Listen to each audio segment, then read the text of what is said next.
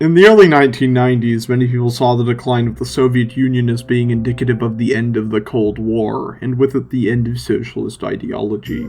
After all, the Soviet Union was viewed as the last socialist project. With this, political theorists developed a frankly pretty asinine theory, the end of history. This framework claims that neoliberalism had won in its totality, that for the rest of time we'd live in a capitalist society with no meaningful ideological change. This is an absurd premise for a bevy of reasons that have all made themselves obvious over the course of the 21st century, but in all honesty it wasn't perpetuated and believed in because people thought it was correct.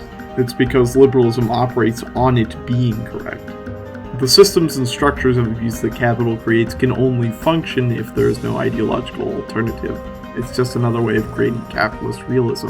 This fetishization of endlessness, of the idea that there will be a state where nothing ever significantly changes, which liberalism fosters, ends up manifesting in aspects of our society that are typically viewed as apolitical as well. Obsession with immortality is one thing, but there's also a fixation on fun experiences never ending. This manifests often in our artistic works, especially noticeable in how films and episodes of TV keep getting longer and longer. But nowhere within artistic spaces is it more clear to me than it is with the continuing and mounting prevalence of roguelikes. Roguelikes are a game genre that focuses on a game loop surrounding permanent death and procedurally generated levels. In most scenarios, you end up losing every piece of progress that you got during the aforementioned gameplay loop when the player character dies. In some other cases, you end up keeping the progress. This is often referred to as a roguelike. For the purposes of this video, I will refer to both underneath the same genre distinction as they are functionally the same within the context I'm speaking. There are still games that will always randomly generate new challenges for the player, never run out of quote-unquote content. The infinite nature of death and respawn, of the reshuffling of rooms and signifiers and obstacles, ends up creating a play experience that is functionally without an end. When discussing roguelikes, what often comes up is how replayable they are.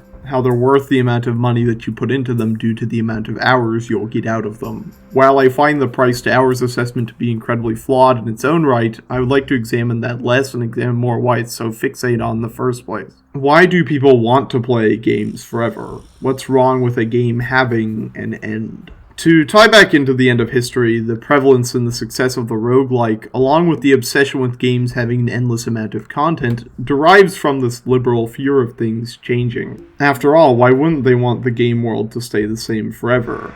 Changes are scary. Endings are scary. Things that would be anything outside the status quo of death, respawn, run, and death again are simply not worth consideration. That is why roguelikes are so prominent in gaming discussion and as an object of cultural fixation. They present an unchanging status quo, a reality where stagnation has triumphed. A reality that simply cannot exist outside of liberal fantasy. Roguelikes as genre are not inherently bad.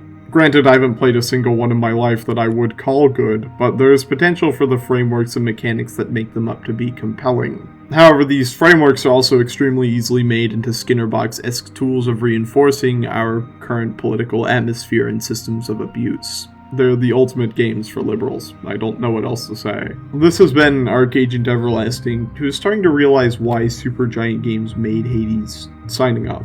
Thank you for watching.